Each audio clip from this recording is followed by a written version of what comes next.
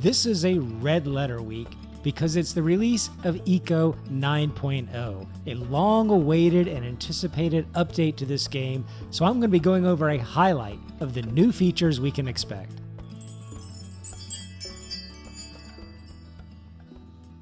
So first about this game are some performance improvements. For people that have played the game and been on long-running servers, you know that the more you build, the more you add into the game, the more players there are that are putting their own stuff out there, the more the performance seemed to bog down. There was a lot of GPU usage, and you had to wait for things to render into the game. Sometimes your FPS would slow down, but they have done some rework, a lot of back-end crunching, which is one of the things that I think took this update so long to get out.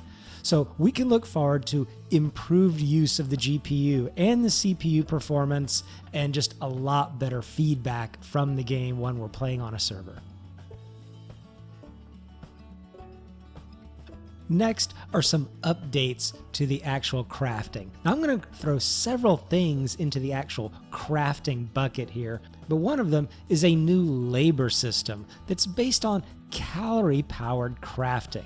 Before, you could just make things and you could make 1,000 of something and it really didn't drain on your own person to be able to make them. The machines just sort of crunched away. But now, whenever you produce something, it's actually going to cost you calories. This is a great feedback loop into the game because it means that you're going to have to eat more and probably eat more good foods to keep your machines running.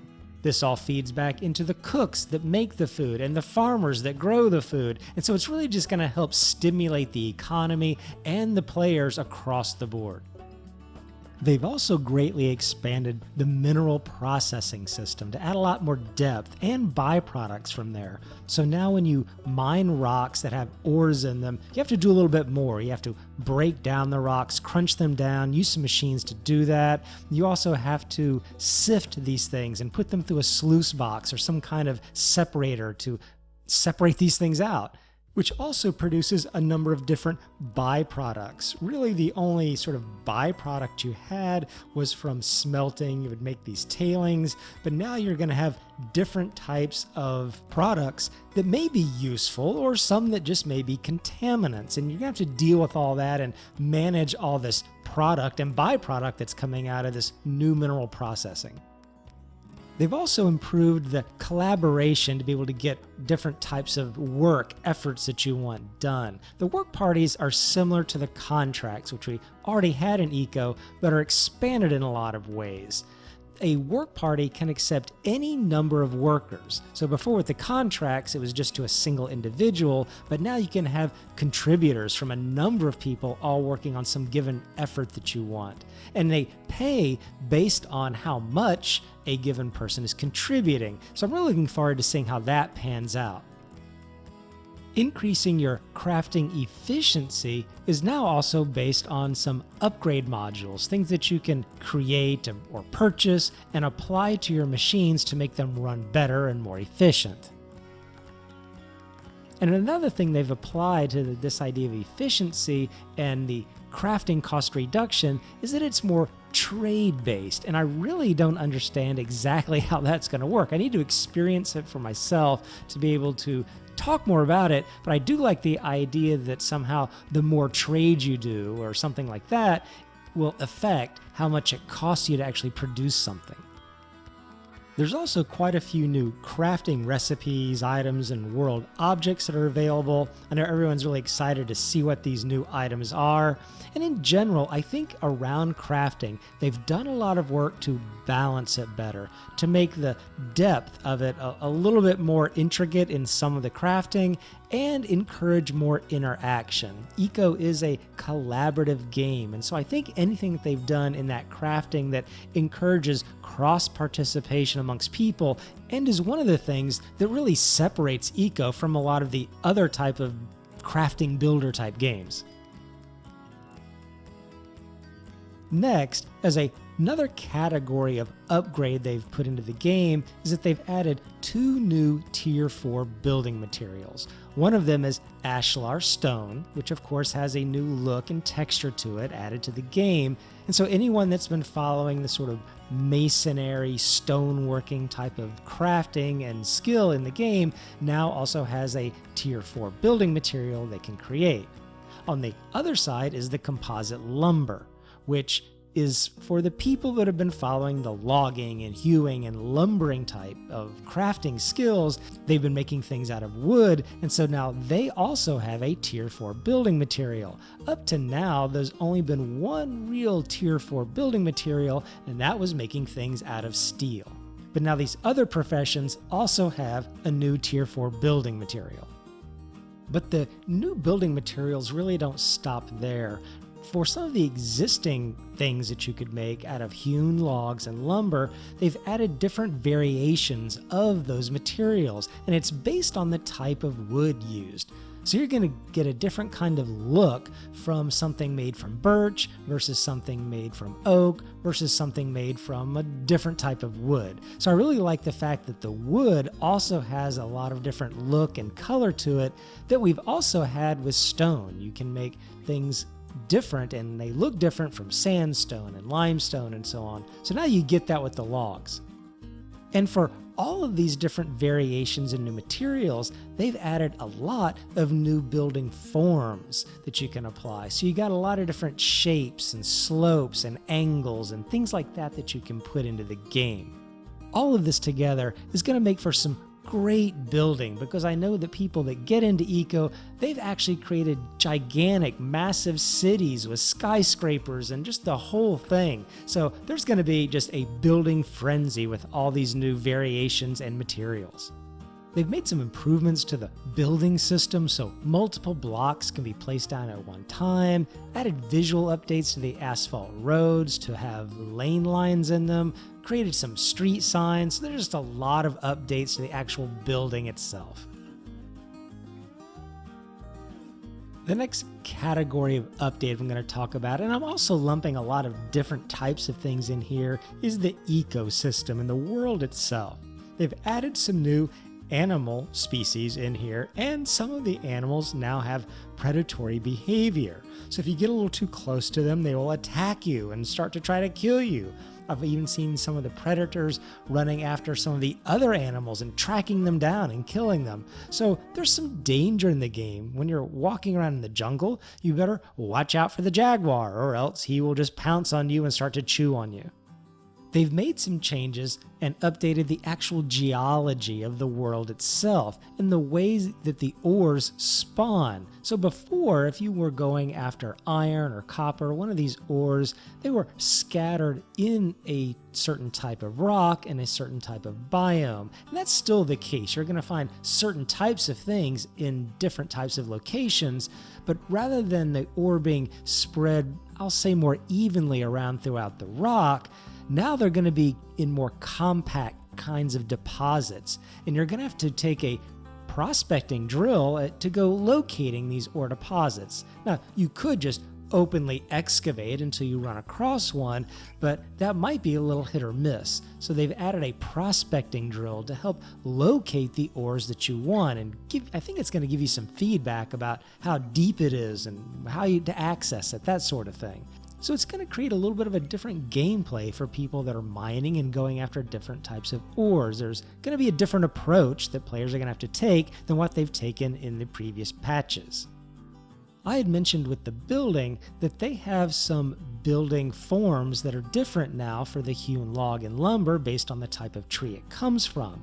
But this goes all the way down to the actual log itself, where they've got some unique log types for each type of tree. And I believe this also is feeding into needing maybe a particular type of log for a particular type of thing that you want to make or build. So this may really disperse people. Now you just don't chop any tree and get the general category of wood. You may need a specific type of wood to be able to do what you want to do. And like a lot of other things in Eco, this is going to drive players to have to make choices. If you want a particular type of log, then you may have to choose your base of operations in a particular biome to be able to get that specific type of wood to create that specific type of thing. It also potentially divides the market for different types of wood products across a larger number of players. So a cedar lumberer will be able to sell his wood to a different type of market for someone wanting to build out of cedar than someone who's wanting to build things out of birch, we'll say. So this is going to be really interesting to see how this plays out. They've also reintroduced the wetland biome into the game, and like with the other biomes, it has specific plants and animals and things that you can find or gather there, so that's going to be really interesting to see what the wetland biome has to offer now. And the game is called Eco, so they have made adjustments to pollution. So avoiding climate change requires a little bit more effort from the society as a whole. And I do know that there are more pollutants that are being produced now, and hopefully the effect of the pollutants is a little more significant. I will say one thing about the game, if I were to be critical, that with the ecology, it wasn't too difficult to keep the overall world in control. You could usually control your climate pretty well, particularly if you were on a large world. The smaller worlds, yes, it was a much more of an issue, but hopefully now pollution has a greater impact, and they have said they've made changes there. I don't know whether I've saved the best for last, but certainly one of the more complex and complicated things that they've added to the game and really enhanced is their government system. So they've moved their law system, which before would take you out to this web page and used to build laws there. They've moved that in-game and put in a variety of improvements to help ease that use. They've vastly expanded the options for the laws in government, so you can create a lot of different types of laws and different types of governments. One of those things is they've applied a constitution that decides the foundation of how the government is going to be run and set up. That's really interesting. I want to see how that plays out, and I'm actually going to be joining a couple servers where they're really focused on the whole government and constitution part. They may exist out there, but I'm not sure I know of any other games that actually have anything like this, so this seems really unique for Eco. To support that, they've made specific new government buildings, each with their own function. Now, servers that I've played on, we've actually made a central government building where the government would have government stores and a government real estate desk, these kinds of things. But these government buildings are there specifically to support the idea of creating laws and voting on things and stuff like that. So there's dedicated buildings that you have to create to support this type of government. That's something very, very new here. They've customized a kind of election process. Before, yes, you could elect a world leader, but now there's a whole election process where you can elect other types of officials to do other types of things, maybe to represent certain bodies in the government and all like that.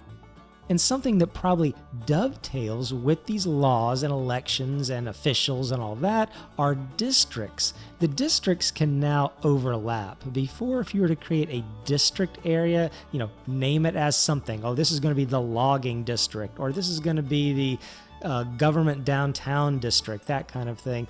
They had to be distinct from each other, but now districts can overlap. So a given area might be under the jurisdiction of more than one kind of district and under more than one kind of law. So that'll be really interesting to see how that actually is even viewed in the game in the new district map that they're providing. These different types of government officials and titles that I think people can be elected into also, I think, come with wages that they might be able to make. So it's a whole nother money-making opportunity for people if they don't want to actually maybe play the game itself and be building and crafting. Maybe they just act as representatives and earn their money like that, like a real politician. And of course, with any good government, the citizens now have the option to overthrow a government. I have no idea what that's about, but I'm sure there's going to be lots of mayhem there. It goes beyond. I think it's something a little different than just a law and voting someone out. This idea of overthrowing the government might be something completely different, and I'm looking forward to seeing how that works. And lastly, they've made a number of changes to just improve the overall playability and experience of the game. They have a detailed Ecopedia available explaining most of the game concepts and mechanics.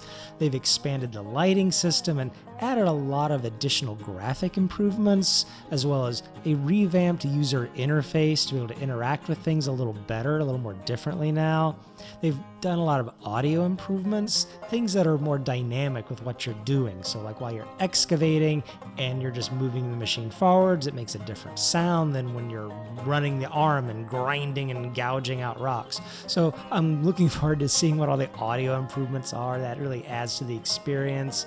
They've got an improved mini map and just a number of other little small things to help make the game a little bit better. So that is by no means a complete and fully detailed rundown of all the updates here for Eco, and by no means does it cover even all the functionality and all the different things that you can do in the game, but it does give you a little highlight, a little high-level view of all the different types of things that are coming into this patch and all the different things to experience. I hope you liked this video. If you did, feel free to like and subscribe if you want to, and I'll be talking to you later.